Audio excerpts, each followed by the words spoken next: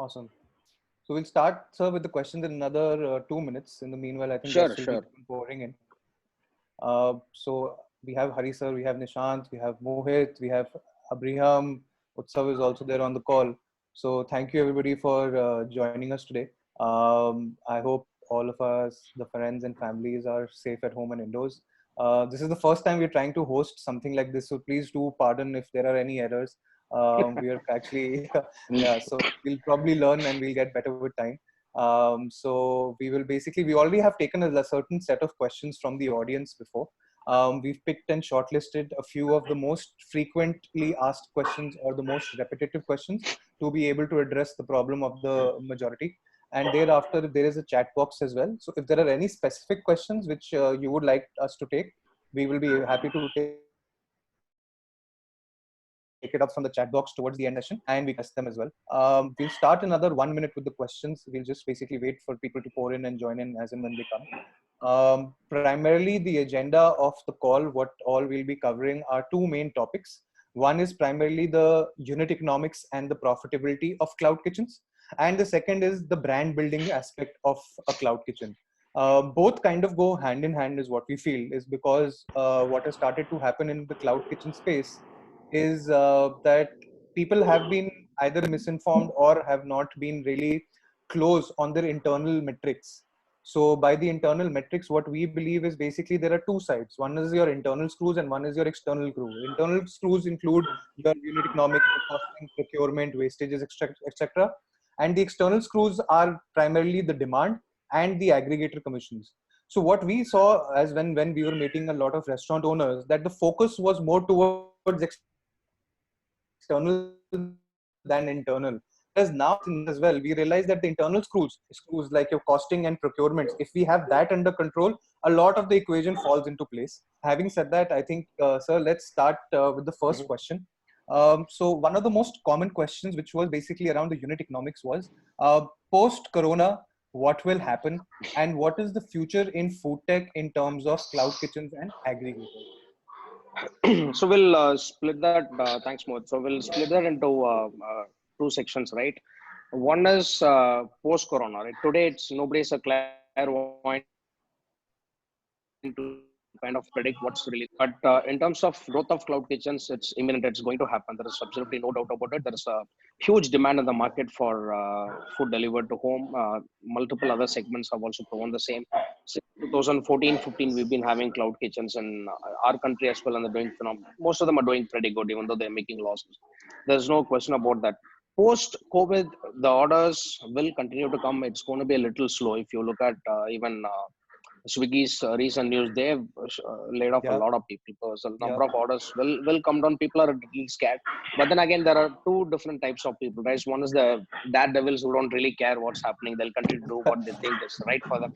Like, there are two arguments even to the current lockdown scenario. Let life move on, and there are people who are scared and they want to be at home. So that correct. way, if you look at human, that's what makes the human race so interesting, right? People have multiple ways of dealing with the situation. So a lot of them are a lot of people are actually quite frustrated. So if you look at it, they might actually want to go out and start eating in places as well. It could be the Right. places which are heavily great in sanitation, great fine dine brands, casual dine brands which have good branding presence as well, and then great cloud kitchens where you have to expose that I'm really clean. My backend is on, so you might want to make videos of how your preparation process is, how your kitchen is set up. You're adhering to FSSA standards, ISO 22000 standards. So this is where it's going to help. Otherwise, people are going to be a little finicky about ordering with all this Right. Zomato boy or somebody having a COVID, or Telangana government has banned people from delivering to homes because you don't know how many people he's meeting on a daily basis, Correct. meeting hundreds of people. He's spending time in a kitchen, meeting few other delivery boys. Not everybody is getting tested in the first place. But Right. that being said, I think the future of food tech is great. There is absolutely no doubt about it. It's going to be a short-term hit, but that's the way it goes. Absolutely, sir. Just to sum up, there's been a lot of, data which has been flown out, whether the recovery will be a W curve or a U curve or that kind of a thing. However, at the end of it, there is a recovery. Now, the idea is whether it's 3, 6, 9 months or 12 months later down the line, and also how the model will pivot, whether people will go to ready to cook, ready to eat, fine dining, how will it progress. But yes, the future does look bright. And I think that is exactly why we are basically helping people get the unit economics in place, so that once things get right, things don't Right. flow from the See, hand. mainly this at least the cloud kitchens have been kind of operating in mostly the metro cities. That's where the orders Right. are mostly pouring into the top 12, 13 cities of our country. And all of these cities have a lot of migrant population, even youngsters who work for IT companies or banks or other financial institutions. And not all of them have this luxury of keeping a cook all the time, or they're all in a hurry, right? Not every Correct. company again provides meals to them. So that's why this picked up in the first place. Everybody needed convenience of ordering food to their home, and I think it's a great feature for people. It's a nice to have thing. And so I don't see a huge, there will be a short term hit. I don't know if it will be a W or a hockey stick. Hockey Correct. stick happen, but it's going to pick up. It's just a matter of time. Right. So then And we basically, sure. yeah, so if you want to come to unit economics, we can Correct. speak about that. The next basically popular ones which we got were 4 or 5 questions on that only. So we're going to sum up, sir, 2 3 questions, because primarily they'll be around the unit economics. So the questions are: at the first, my food cost of a cloud kitchen is 37%. I think that's fine because I am new. How should I start controlling it if I have no processes? That's the first question around unit economics. The following questions are: what are the ideal costings of food cost? And the third question around the same is: how does one calculate their exact food cost, Ideal food actual cost. food cost wastages, or are these all theoretical food costs? Okay, so these are like 3, 4 questions bundled into one. So let's Correct. address the first part, right? First one, So my food cost is first thing 37%. is, if your food cost is 37, if your menu is designed to be 37%, that's what it is, right? Between actual food cost and theoretical food cost. So apparently this is one of the industries where people don't know what's their cost of goods sold, and then they decide the menu price without even knowing how much it is costing them, right? And Correct. it's been that case for a long time, and people haven't changed as much because they were used to making 20-25% EBITDA a couple of years ago or 4 or 5 years ago, which has dropped significantly, and most people are reeling under a single digit, double digit EBITDA. It's not that high margin business anymore. And the process has to be set. You can't say I don't have a process and expect to be profitable. You can't do advanced calculus if you don't know basic arithmetics, right? It's as simple as that. You have to get your basics right. And the way to work around for a cloud kitchen specifically is to figure out that, okay, I want to make 15% net profit, and to be able to do that, these should be my expenses. You have to Correct. budget accordingly and then start working backwards, and tracking a daily P&L is not a big deal in a small, in a cloud kitchen or cloud kitchen. You know what your labor expenses, you know what your procurement expenses are when it comes to food cost, you know what your rent is. So these are fixed expenses. The only thing that is variable in any restaurant business is your food cost, because it's directly proportional to your sales. And you Absolutely. should, the first thing to do is you should define your menu, which is actually kind of tailored for delivery in the first place. And the second thing is you have to cost it out to perfection, to say that, yes, this is costing me 45 rupees to make, I'm going to sell it for 150 or 160, right?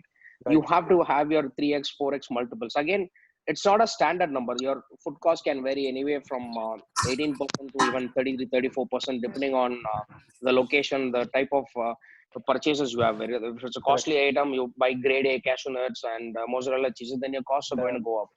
That being said, it also depends on the cuisine that you operate. correct. If you're a pizza company, your food cost will ideally be around 23, 24, not nothing more Correct. than that. If you're a bakery, it's going to be 18 to 22. And these are numbers I'm telling you because these are the Absolutely. numbers being at this point of time, right? They are not, nobody's in Correct. this 35, 37 range, because you can't make money when you're 37 or Absolutely 35. agree. You're going to be kind of down to the number, and there's no way you will survive, and eventually you will fold, and you'll blame that the market is not good, sales is not happening, and you're overly dependent on external factors, whereas there is something within your control and you're not even looking into it. It's purely because of, mostly because of laziness and lack of awareness that this has to be done. Look at any business, right? If I'm going and pitching my business to somebody for an investment, people, or even look at selling a pen, right? Somebody's going to ask you what's the gross margin on this pen.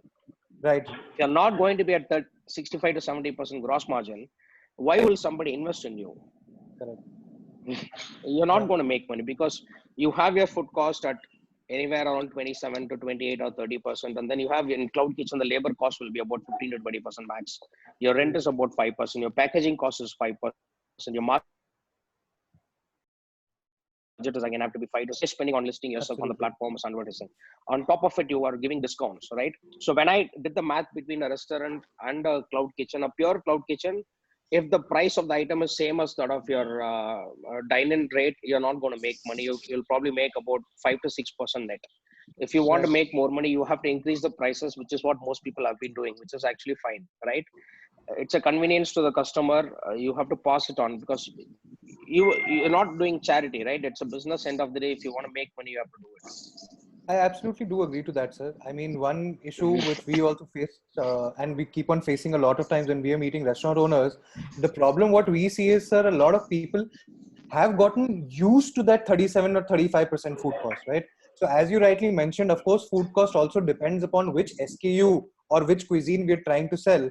However, that the best way which we also say is reverse Yeah. calculate, right? So if my full butter chicken is costing me some 110 Hmm. rupees to make, I will price it at least 5 to Right. 6x because I want to cap it at 30 to Right. 32%. Because otherwise, if I start doing my unit economics, close to 40% is gone on Right. my food cost, which is the case right now with most of the cloud kitchens. So 40% goes to the food cost, 25 to 30% is your aggregator with 18% GST. The new Right. contracts are on 24% plus 18%. So let's just take it as 30%. 40 plus 30, 70% is gone. Yeah. Anybody will be running easily 10 to 15% discount, right? Right. So out of 30, 15% is gone. I'm left with 15%. Now rental, Right. manpower, CAC, Yeah. packaging, tax. I mean, it's a no-brainer, right? It's a You're, burning negative. that's true, Mohit. You're going to be left with nothing. Particularly discounting is not going to be viable in the long run. The problem is again in India, the average order value is pretty less, right? It's going to range in the range of 200 to 225. Uh, it's actually coming down. If you see the history of even Zomato's average Correct. order value, it used to be around 345, 350. It has come down to 225, 230, Correct. right? Correct. And you have to get your average or ticket size up. Otherwise, it's very difficult to make money. Just one It second. makes, yeah. Yeah. So, I mean, to sum up this, I think basically what we need to focus on are basically we need to really much focus on our internal metrics, as we mentioned, Right. which includes also a lot of things like the procurement, the wastages, and reverse calculating the food cost. I Right. think also what makes a lot of difference is basically what we have also seen and which we have been discussing a lot of times, that processes need to be in place. You There have is to. this, Yeah, you have to. So you have to decide what kind of cuisine you're doing. You have to price your menu properly. You have to write down all the ingredients, know what the cost is, then decide the selling price based on the profit that you need to make. It's not a rough calculation. It has to be 98 to 99% precise. You can't precise in a food industry. That's fine, but if you can get to 98%, you'll start making money, right? And if you're not going to do that, if you're not getting your basics right, you're not going to make money. You run it as a mom and pop store, it's right, most likely to fail. Even look at some of the top performing cloud kitchens in India, right? The one that people will think about is Rebel Foods, right? absolutely.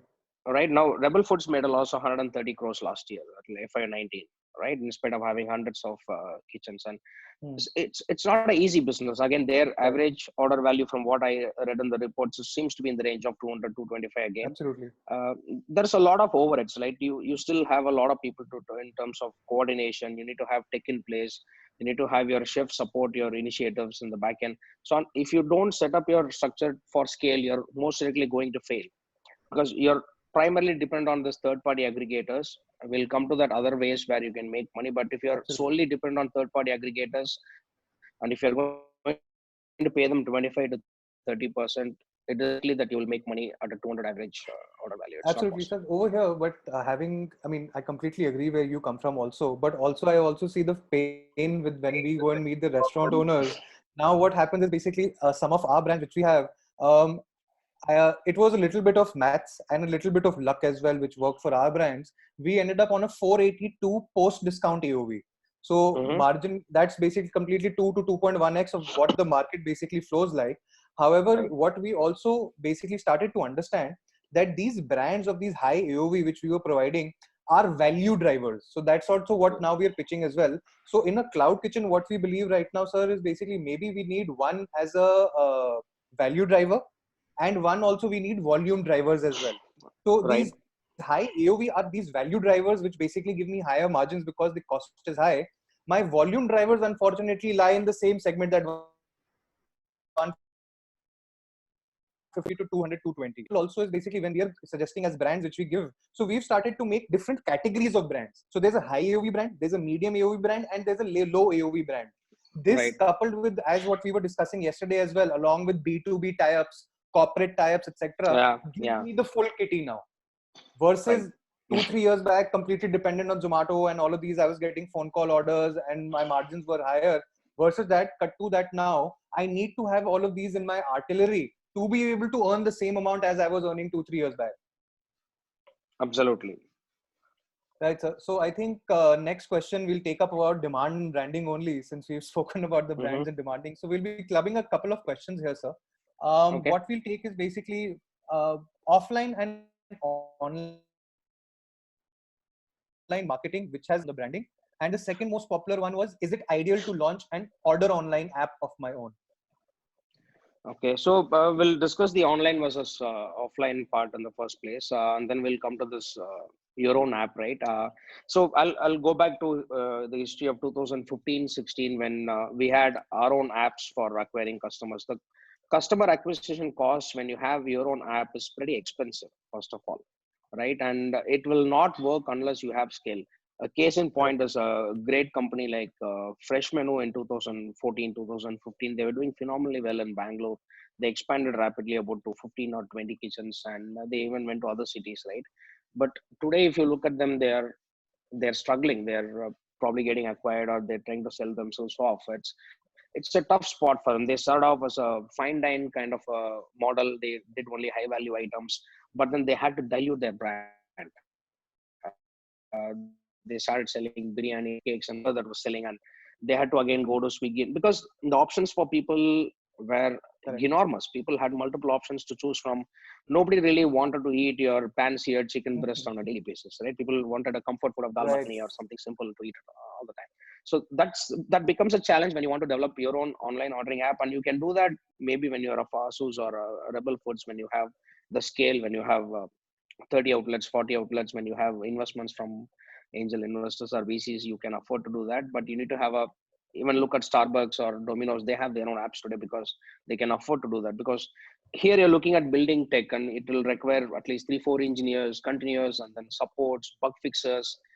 It's a nightmare. It's not going to be easy for a small Correct. cloud kitchen guy who's going to invest 5 lakhs, okay, 2 lakhs for labor. I'm going to spend 40K on rent. I'm going to have a few people for making food. And then he's starting with a minimal investment of 4-5 lakhs to a cloud kitchen. That's what is enticing him to start it Correct. because The the cost. recovery is Yes. much faster, Yes. right? Unlike a fine and residential cost you anywhere from 50 lakhs to 1 crore to start off. Here, the upfront payment is also very less. So having your own app is going to, it's not going to be viable. It's going to be very expensive because people are already used to the kind of comfort of Swiggy and Zomato, which are giving them superlative user experience, which you guys will find it very difficult to do if you start from scratch. And what was the other question? I forgot the first part. It was The related to one the was online and offline marketing, which Yeah, has offline so and better online. investment. yeah, the branding and the unit economics on the online and the offline part, I think this is very interesting. At least I can share our own experience in 2015 and 16. We figured that offline marketing in your area is pretty easy to do. It's Correct. because you're looking at a radius of anywhere from 3.5 to 5 kilometers. You Absolutely. need to know your heat map from where am I getting all the orders from, right? This is where you're probably in dark today because you don't get the customer data. But then I don't think it's very difficult to find out if you're looking at Saket or Vasant Kunjan's area. You know what are the high-fi Absolutely. localities, what are the high streets, what kind of population is working, and it's not very difficult to reach out to them. And when at least we were in Whitefield and doing delivery as part of our cloud kitchen, 85% of our orders every day were from just 2 apartment complexes. 85%. Correct. So all we had to do was cut down on the other segments and focus on these areas. And what we did was we started participating or putting up stalls during the functions that these big apartment complexes host, right? And it is very inexpensive. You spend anywhere from 10K to 20K because they're not looking at huge amount of money from you. They're just looking at a stall and some sponsorship so that they can conduct their event. And for 20K, you're easily getting about 8,000 to 10,000 eyeballs over a 4-day period, right? So you can look at a Ganesh Chaturthi function or a Durga Puja or Onam, Pongal. There are multiple events that these associations conduct on a monthly basis and participate in most of this paper inserts to tell them that you're available in this area. Offline really works because your cost of CAC is very low in this place. And the other advantage is you can group a lot of orders coming from this particular base and send them as part of one delivery instead of sending multiple deliveries to these places, right? So you need to be able to kind of map from where your orders are coming from and target those particular segments. That way you get sticky customers in the first place. You have your eyeballs, like your brand is visible to hundreds of people, thousands of people on a daily basis or a weekly basis, and then you're getting into the brand recall by visiting them thrice a year or 4 times a year, and you're spending a max of maybe 80,000 to 1 lakh in a year, nothing much than that, and that's easily recoverable with the number of orders that you will end up getting. So offline really works. The other thing in Cloud Kitchen where I feel a lot of people should try and have your channels with B2B companies. And when I say B2B companies, it's very difficult to get into a Google or a big company, but companies like startups, right? Look at my own company. I have, let's say, 10 people, right? And everybody wants to have lunch or dinner every day. And you just have to go and sign a package that, okay, alternate days or every day I'll give you lunch at this particular cost, take the money up front, and subsidize, just give them a 10% discount. That will still work because it's a single delivery, it's guaranteed order. It's like a purchase order for the next 2 months. There's no commission, nothing. And these are easy things to do. And we have a lot of startups in every part of the country these days. Small companies, forget tech startups. I'm saying small companies, which are accessible just near your Cloud Kitchen. Go to them and tell them I can deliver up to 5 kilometers or 10 kilometers, and then tell them 130 rupees per lunch or 120 rupees per lunch. It will still work because your cost is nothing in that case. Even co-working spaces help in this matter, right? Absolutely. Co-working is another great option, right? I mean, you just need to get about, I feel any order about 10 or 15 at one shot, people makes a lot of sense for Cloud Kitchen startups because you are going to make money on that because it's continuous order for the next 1 week, next 1 month or next 2 months, as long as that company is alive. And you know what to procure, you know what their taste is, you've already formed a relationship. And those guys will probably tell their other co-working partners or companies near them, and word of mouth really helps. And we actually did that in 2015. We had tie-ups with 3-4 B2B companies in multiple areas. That really helped because there was a guaranteed revenue coming. And otherwise, in those days, Zomato and Swiggy were just picking up. It was not as omnipresent as today, and it was very difficult to get orders. You had to go to Facebook or Instagram and spend like 8 to 10,000 rupees per day to get orders, to tell people that you're a brand that's available. And it's very difficult. The other thing is, even today, when you're sending your packages to your consumers, there is no way for you to reach out to them directly, but they are there. They're still getting a foot. So some kind of inserts and maybe some kind of a gamification. It can be a Sudoku puzzle, as Mohit was telling. It can be a crossword, or if there's a child, you can give him some small Spider-Man or a whatever, snowy girl or whatever you want. So start striking that personal relationship with your customers, right? They want to come back, or it could be a small GK puzzle for somebody. Okay, correct. Who's the first person to climb Mount Everest? Some things that keeps them interested, right? And it could lead into a 10-day, 15-day kind of a puzzle, and you design a game accordingly, and they want to keep ordering to figure out, okay, what am I going to get next, right? And that's how you start forming the bond with your customers. You can't just depend on third-party aggregators as one channel of sales, because that channel is there. It's going to give you money, but it's not going to help you make a great bottom line, right? It's kind of starts leaking at some point of time. Absolutely. Just to add to that, sir, also now when we are also meeting people and who are restaurant partners where we meet, we also go and tell them that we as a Chapter Foods is just one of your B2B types, right? So for example, think of us that corporate with which you're giving us the food. How and where we sell it is our headache. So what is happening right now is we're educating our restaurant partners also that you have your own brands which are listed on these third-party aggregators. Along with that, do more B2B tie-ups, could be with corporates, could be with companies like Hungerbox. It is also with Chapter Foods that we are giving you brands as service and you plug in into your kitchen. Now it's that kitty. Now this combined kitty will help you build a strong, healthy bottom line. Unfortunately, what is happening is people are still expecting that with their own brands, they will be able to sustain online via aggregators, which is not the case. I mean, so the main challenge here is building a brand in a Cloud Kitchen space is more difficult than live present, kind of a dine-in situation, right? Because as you say, you're a ghost kitchen or a dark kitchen, people don't know you exist. Like it's Correct. because people can create any number of brands from the same kitchen. You can have 10 Absolutely. different brands from the same kitchen, 25 different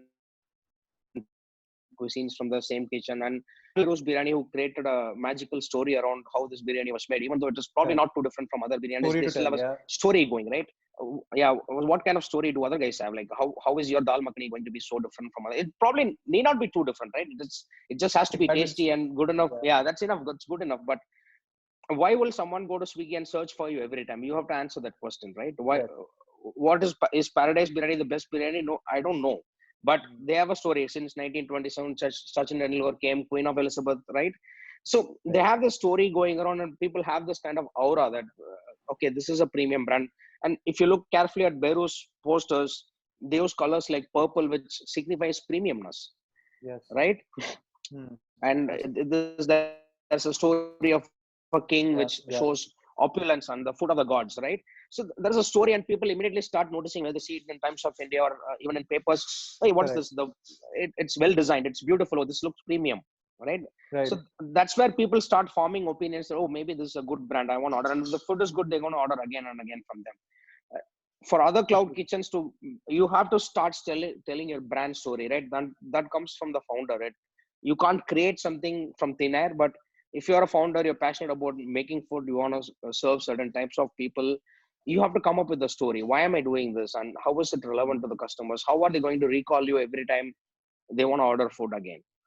That's something, that's food for thought for all the cloud kitchen guys. Absolutely right, sir. I think over here also what is happening is in the food tech industry is getting quite fragmented as well. So, for Yeah. example, a lot of now there are two. I mean, what we believe and what we also see happening is in terms of the cloud kitchen space, there are two other small fragmented players coming up. One are these infrastructure providers, in which basically the overheads are further reduced. I think one of my friends over here, Nishant, is also here. We've been having a lot of meetings, and one of Hari sir's and our portfolio company also, which is Food Coworks. Now the idea is in a place like Bombay, if the rentals are only 1.5 lakhs a month. Mm-hmm. Now, if over there, if we are able to provide an infrastructure for 50 or 75,000 rupees, that's one kind of a value add. So that is more Right. towards your overhead rentals value add. Now, the Mm-hmm. second is our kind of industry as to what we are doing at Chapter Foods. Now now building brands as such, also what we've seen is not everybody's play as well. So that is why Yeah. providing brands as a service, that boss, this is a brand, we have already built something kind of story, we've built a sales pipeline, we've tied up Mm-hmm. with co-working spaces.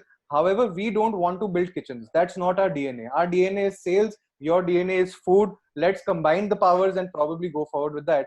But the food aspect and the sales aspect has to be basically backed by the right unit economics and the costings as Right. well.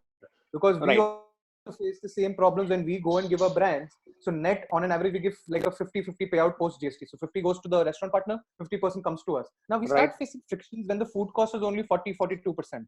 Now the It only won't, counter, that kind of cost will never work, Mohit. I don't know, people have been a little callous about it for a long time. I was just telling you yesterday, look at a company called Cheesecake Factory in US, right? It's a very well-known brand. yeah, yeah, For the last 3-4 years, their food cost has been consistently in the range of 21 to 24, right? Nothing more than that. How hmm, are they able to achieve it? You look at all the big companies that have been there in the food tech sector today, whether it's Domino's or Pizza Huts or KFC's or McDonald's, cheesecake factories, and a lot of other companies. So they have their process set to an extent correct. that they know they can scale, right? And if you don't do that, it's basically like building a house, right? If your substructure is not, your base is not set right, you're cementing and everything, not you power on top of it, it's not Mhm. possible. And this is something that's under your Correct. control, right? If you don't get that right, you're not. And I'm actually surprised even when I go and pitch our product to people, and I'm very surprised when they say, like, why is this food at $150? Like, क्योंकि मेरा neighbor का competition का price ऐसा ही है. I mean, some kind of BS, right? It doesn't make sense at all.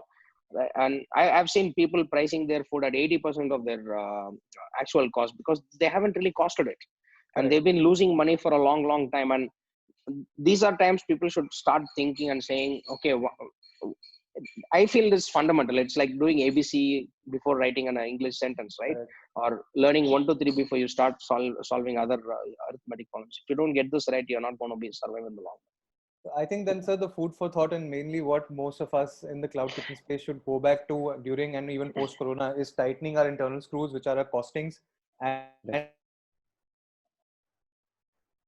our MRPs and getting that. That is something which we can't give comfortable with, even if it's at the 37-40%, because then it doesn't make sense for any brand service. Like even if you're taking our brand as a service or any other brand, because once you include the, as you rightly said, the CAC, which is the marketing cost, along with the discount, on an average, what we have noticed, if we include the discount, 35 to 40% goes to the aggregator itself, which is including of the discount. So if I include my commission, I include the click cost, I include the discount. These three parameters combined is 40%. Again, it's 40% food cost, 80% gone, then packaging, then tax, then all of that. I mean, there's nothing Rent left. on labor, there's nothing left, right? That's the calculation I also did a few years back. I figured that you have to increase your selling price compared to your dine-in rates. That's one thing. Right. I know it sounds fishy, but I think people are doing it either which way, and it's not wrong. I mean, we were actually discussing yesterday, why are people are actually angry with food aggregators? Why are they charging so much, right? But then they also don't make money. How will they make money if they give you 12%, 10%? They can't make money as well, right? Their cost of delivery is about $50, $55 on average, and they're trying to bring that down. They have a huge team sitting behind the tech cost, the operational cost, customer support cost. They're barely even touching that. Right. They're just contribution margin positive as of today, and they've started laying off. Even they need to make money, and the way this partnership is going to work is you have to pass on the cost to the consumer. If he wants comfort, let him pay for it, whether it's a delivery fee or whether it's a convenience fee or a search fee, which people have started doing today. It's fine. If people want to go and eat in a restaurant, let them take their own car, bike, spend that kind of petrol and effort and go and eat. All of that, Have a great experience. People go to restaurants for a great experience, right? So let them do that. But if somebody wants to sit at home and have the comfort of having a hot butter chicken or pizza, let them pay that little bit extra. Otherwise, there's no way. Because even if you look at US, right? I mean, we were discussing yesterday. There are some state governments cap the commission rates. Again, you can look at it both ways. Are you a socialist country or a capitalist country? What do you want? See, there are bound to be arguments, right? You can't. Government can't poke their nose into business and say this is how you have to run your business. Like it's kind of difficult. And if restaurants have voluntarily opted for the service, by the way, nobody forced anyone to register with these people, right? I mean, they're ultimately delivering food on your behalf and they're making money out of you. But this ecosystem has had to figure out a way where everybody makes money. And this is one area where I've seen a gap where nobody makes money.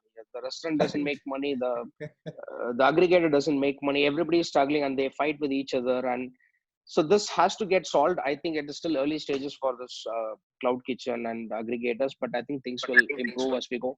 People will figure out a optimal way for everyone to survive. So we'll take one question which is posted on the chat. It's by Mr. Raja Bihari. It's like, do you think it is wise to use aggregators to spike demand post-COVID? See, pre-COVID, post-COVID, it's all the same, right? So aggregators are obviously going to help you generate more demand. Otherwise, you're going to spend that money out of your own pocket, and you don't know which customers to reach to. So apparently, you're again in the dark because you don't know who your customers are. This is one of the rarest businesses that I've come across where none of the cloud kitchen knows who their actual customers are. Primarily, if you're purely on aggregators, right? I think listing on aggregators is fine to just tell people that I'm back, and I'm saying don't get into this discounting model. If basically look at it this way, right? Do you value your product? If you value your product, why are you discounting it? If people are not buying, your product is probably not good. You might as well shut down and do something else, right? It's as simple as that. There's beyond a point you can't be emotional. Oh, I'm a foodie. I'm a food entrepreneur. You call yourself a lot, but you need to be practical. No, I agree to that, sir. Basically, over here, what we also try to do is that you can't sacrifice. I mean, there are 2-3 ways with which we also go about it. I mean, we try to, internally also inside the office when we are sitting down and we are chalking out our brands, our sales, and we want to hit that, 10,000 or 1 lakh orders a month kind of a target. Over there, what we also try to do is basically you have to create value prop brands. I mean, there has to be a reason. I can't sell a tier 1 recipe, which I'm using premium products, premium dairy, premium chicken for half the cost just because I want orders, because it's not, I'll be paying from my pocket. Right. So over there are 2 things which we primarily play with. One thing is what we try to play with is with the portioning. So we've created basically a full segment brand, which is basically somewhere like 3-4 people coming together and eating, versus a one person only brand. So the one person only brand lies in the 150 to 200 segment. The full wala, where basically your entire family is ordering, that lies in the 450 to 500 segment. And these two are positions. Absolutely. I can't sell this at 150 and I can't sell this at 350. Yeah, you discounting in any world hasn't really made anybody money, right? It's a good way to get eyeballs. How does it work? It doesn't work, right? I mean, it's been proven that people are attracted to discounts, but you're not going to make money. I mean, what's the point in running a business if you're not making money? You will end up shutting down at some point of time. Again, there is a lot of innovations that people can come up with. You can probably create a Tanky Friday or a drinking Saturday. Because you imagine a lot of bachelors are going to sit together and have a great drink typically on a Friday night or a Saturday night, or it could be a family dinner. Can you create a package for these people? Right? I'll give you 2 veg starters, 3 non-veg starters, a kind of a curd rice to go with to soothe your stomach after all the drinks, that come up with a package. So these are things people haven't done so far. It's been just traditional. Okay, I make some food, I'll put it here, I'll depend on Swiggy to give me the numbers or Zomato to give me the numbers. It's very, because look at it from their angle. They have to serve thousands of people like you, and they have to ensure everybody gets orders, right? They can't just keep giving orders to Chapter Foods or some other restaurant. So they also kind of play around with, it depends on people. Human mind is also very fickle, right? Unless you have a brand recall, people will forget you. How do you retain your brand in the market in front of people's eyes? So this is where a lot of time owners should be spending on. And essentially it all boils down to process, Mohit. I mean, you have to set your internal controls right, which means your SOPs, right from procurement to making the food to costing your menu. All of this is a process. It's not rocket science, by the way, right? You can use any software and it'll help you do that. You don't have to be 100% accurate. If you can get to 98% accuracy, you'll start making more money. All right, that's good. So there is one more question regarding the automation in the kitchen. So do you think like all the major processes in the kitchen, they can be automated to reduce manpower cost? Yeah, so I mean, the main area where you can automate is in terms of a mise en place, right? I mean, you probably have some equipments to cut your vegetables faster in a certain shape or marinate certain items. There is a limited functionality of automated kitchens these days, but again, it's a little far away. In India, labor cost is not very high, so people tend to put labor to solve a problem rather than use technology. But yes, you could probably reduce the time he's spending on making the, but that will help morning, in essentially reducing the kitchen preparation time, is it? Exactly. So you can use some money, you can save time, then you save money, right? That's what you should actually be trying and doing. Yeah, absolutely. Right. I just wanted to also add one, though we're going back to the old question, which is online versus offline and the order online app, I think, which we were discussing as well. Yes, we do fundamentally believe that at the start, I don't think it is viable for people to invest in their own order online app. But as we were discussing, even if we can manage to get 8 to 10% of our consumers onto a direct order channel, so what we can do is basically, what we forget is the power of hyper local marketing. So within a 3.5 to 5 kilometer radius, as you rightly said, that you focused on two particular societies. So any cloud kitchen can identify one particular society of say 150 to 200 flats that will easily have 1,000 to 1,200 users inside that particular area. Now, if we even gather 50 people and their numbers through offline activities, through holding a session over there, and we even use WhatsApp as a tool or Telegram as a tool. Good enough. Yeah. And we build on that. That is a much better option rather than basically building an application and completely being dependent. And these are your core users, which after a while, you can probably think of migrating. Absolutely right. And it doesn't cost much these days. Like, you have multiple ways people can reach out to your WhatsApp or even email, SMS messages. You can be omnipresent, right? I mean, this is a world where people are on phones and internet all the time, and it's not very difficult to reach a cloud. I mean, look at it. People have been taking orders on phone and let's say even before email, phone, other forms for donkey's years. It's nothing new. It's just that it's slightly unstructured. It's not probably too classy and orgasmic for people, but that's okay. As long as people can reach out to you and then place an order and then you get it and you get it going, that should be good. All I'm saying is don't be like a horse and look in only one direction, that I'll start my cloud kitchen, I'll put on aggregators and my business will grow. No, it won't grow. It's yeah. not that's not the way it's going to grow. You have to look at what are the other things I can do. Can I do B2B activities? Can I do offline marketing? How do I reach out to my audience? How do I know who my audience are? What's their age profile? Where do they live? How often do they eat outside? Right? What's the split between male, female, bachelors versus married people? How often? Every family orders food outside or goes out for dinner once in a week at least, right? And look at it, the number of restaurants in India in terms of per capita or per lakh population is much less compared to most other countries, right? We pay in US, we still have 1 million, roughly 1 million restaurants for a 350 million population. And in India, probably with 1.3 billion population, we still have around 700K to 1 million restaurants, right? The numbers are not very clear in India, but I'm saying the density of restaurants here is very less. So there's a lot of scope to grow. And Cloud Kitchen plays an important role in kind of serving to the masses, right? And I think it's going to grow really big. And at least from what I've read from Morgan Stanley and other people, it's going to be a $365 billion industry by 2030. That's like another decade, right? And things are going to change. More Indians will eat out. I don't see a huge problem with the future or optimism in this respect. I think the best would also to probably have players like us give you brand as a service, and you don't have to worry about all of these things, and we basically take care of the headache. Absolutely, yeah. And just absolutely. So there are just a couple of questions to wrap it up. We'll be taking a few more questions. Yeah. I've got a couple of questions in the private chat. One is something similar also, which we have addressed before. What do you think post-COVID? How much time will it take for the industry to recover back to where it was pre-COVID? We've, I think, taken this question. We don't know whether it will be a W curve or a hockey curve, but it will eventually be okay. 3 months, 6 months, 9 months. Yeah. There are multiple schools of thought here, Mohit, and the way I see, like if I look at myself as an individual, I'm pretty frustrated sitting at home for a long time, right? And there are a lot of thirsty crows around who want to go and have a chill beer the minute the lockdown is extended. So I think some people will be scared.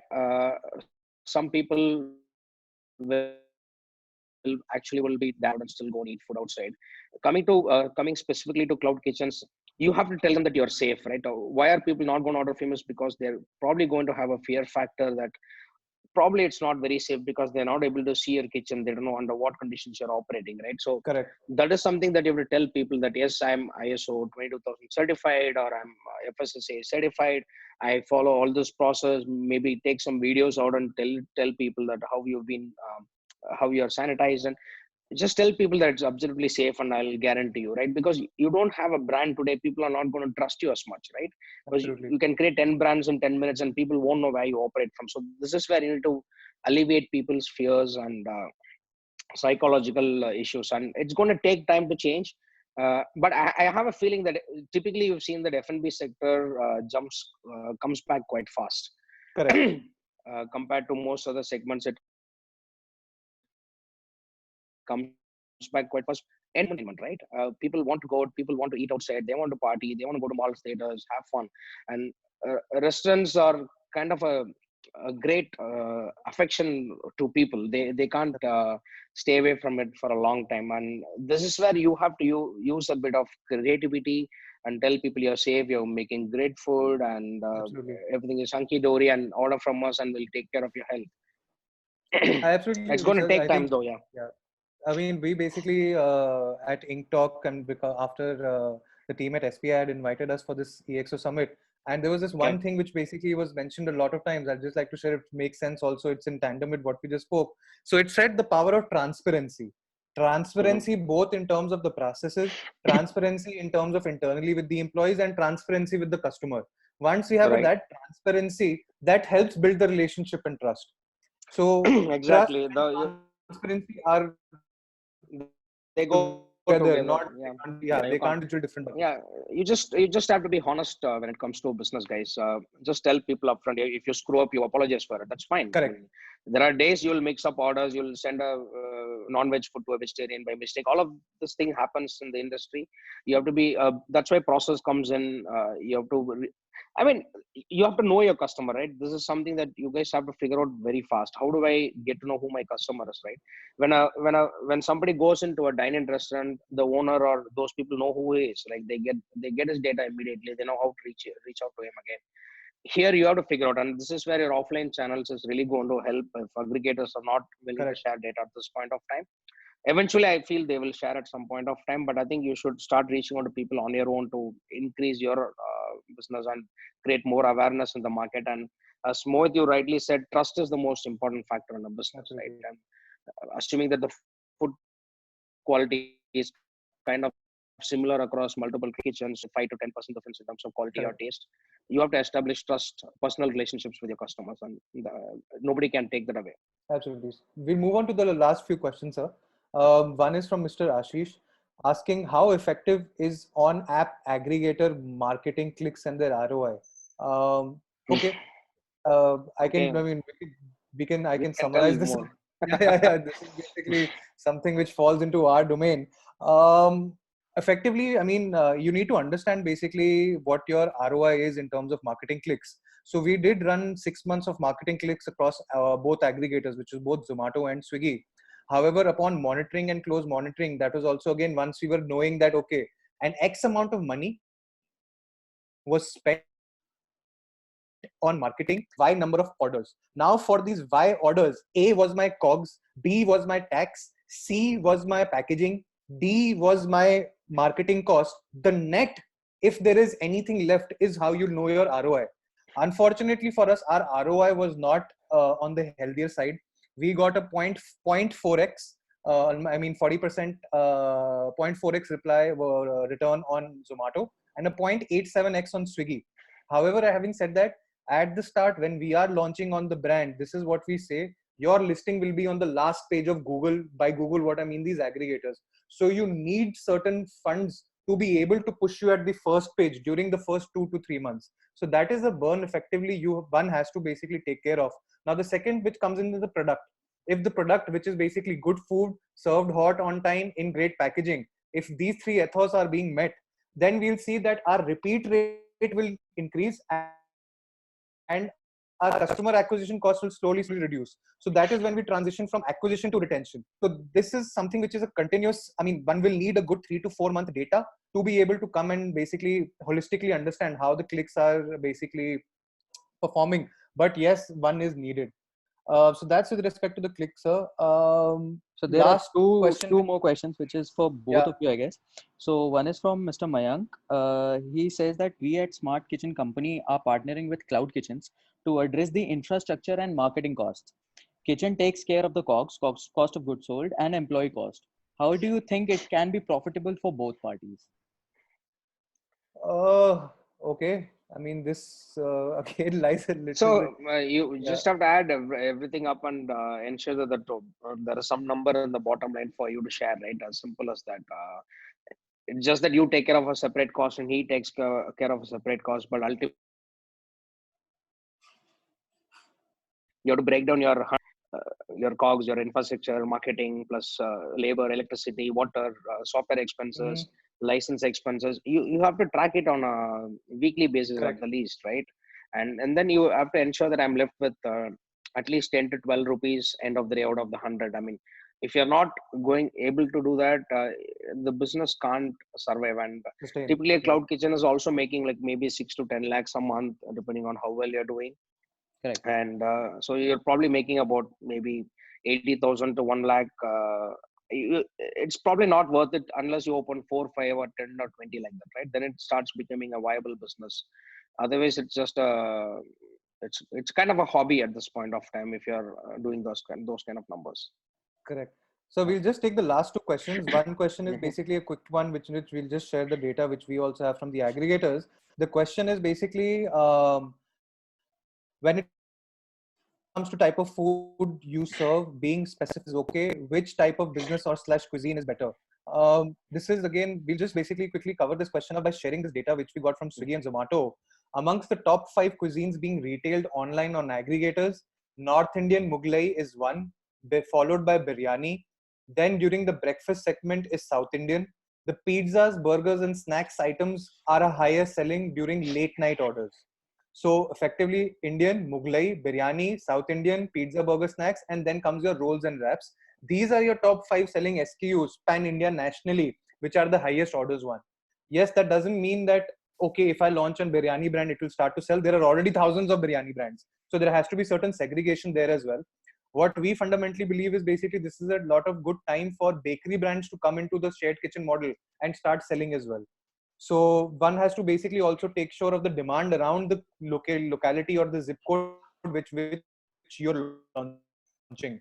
It could be possible that none of these cuisines sells because the clientele which is being served around, it does not basically cater to that. So it depends upon the what hyperlocal, the zip code which you're launching, but the top 5 was what we have mentioned. Vinod sir, basically the last few questions are covering the what around the food cost correct, only, right? correct. Correct. Okay. Correct. So I'll just do a quick primer on that, and then we can probably wind up or take more questions Yes. if people have. So 1 plus and recite time, right? So Yeah. the food cost calculation is very straightforward, right? There are two angles to it. One, you look at it as a theoretical cost. One, you look at actual cost. Now, actual cost is quite easy to do. You take your opening stock and you take your closing stock value, and then you add all your purchases, divide that by sales. That's all. Opening stock plus purchase minus closing stock divided by sales. That gives your actual food cost for any given time period. Now, how do you know if that number of 34, 25, 26 is the right number? This is your actual cost, right? The way to do it is to juxtapose it against your theoretical food cost. You do that simply by taking all your menu items, writing down all the ingredients, the quantity, and the price, right? So your each menu item is going to tell you it's the theoretical cost of making a chicken biryani is going to be 73.95 rupees, for example, right? And then based on that, you decide. So if your food cost target in your company or in your brand is going to be 25, straight away you multiply the 75 into 4 and make it 300. As simple as that. Right?